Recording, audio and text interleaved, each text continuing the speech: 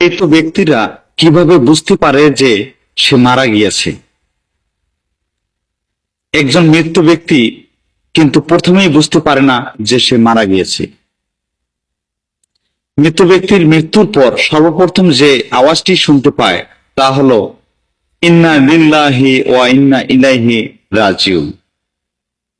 শুরুতেই মৃত ব্যক্তি বুঝতে পারে না যে সে মারা গিয়েছে। সে মনে করে সে হয়তো স্বপ্ন দেখছে। সে দেখে তার আত্মীয় স্বজন পরিবারের লোকজনরা তার কাছে। সে দেখে তাকে গোসল করানো হচ্ছে, তাকে জানাজা পড়ানো হচ্ছে, তাকে কবরে নামানো হচ্ছে। এরপর তখন তার দেহের উপর বাঁশের কঞ্চি ও মাটির স্তর দেওয়া হচ্ছে। তখন তার স্বপ্ন ভঙ্গ হয়। সে তখন উপলব্ধি করে যে সে সত্যিই মারা গেছে। তখন সে চিৎকার করতে চায়, কিন্তু তার চিৎকার কেউ শুনতে পায় না। তখন তাকে দাফন করে একা কবরে রেখে ফিরে যায়। তখন আল্লাহ তাআলা তার আত্মাকে পুনরায় তার দেহে ফিরিয়ে দেন, আর সে জেগে ওঠে।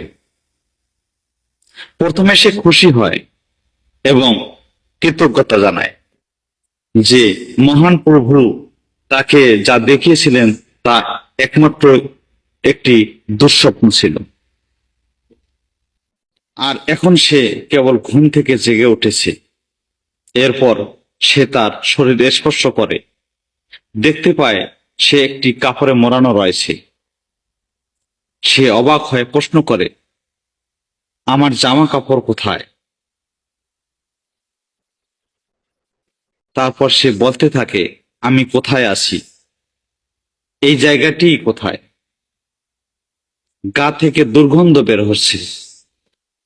তারপর সে বসতে শুরু করে যে সে মাটির ভিতরেই আছে, এবং সে যা অনুভব করছে তা দুঃস্বপ্ন নয়। তখন সে মৃত ব্যক্তি বুঝতে পারে যে সে সত্যিই মারা গিয়েছে। তারপর সে যতটা না সম্ভব জোরে চিৎকার করে ওঠে। তারপর সে তার আত্মীয় স্বজনদের ডাকতে থাকে, পরিবারের লোকদেরকে ডাকে, কিন্তু কেউ তাকে বাঁচাতে আসে না। তারপর সে ব্যক্তি আল্লাহকে ডাকে। সে বুঝতে পারে এই মুহূর্তে আল্লাহ রব্বুল আলামিন তার একমাত্রই ভরসা, এবং আল্লাহর কাছে কান্নাকাটি শুরু করে, ক্ষমা প্রার্থনা শুরু করে।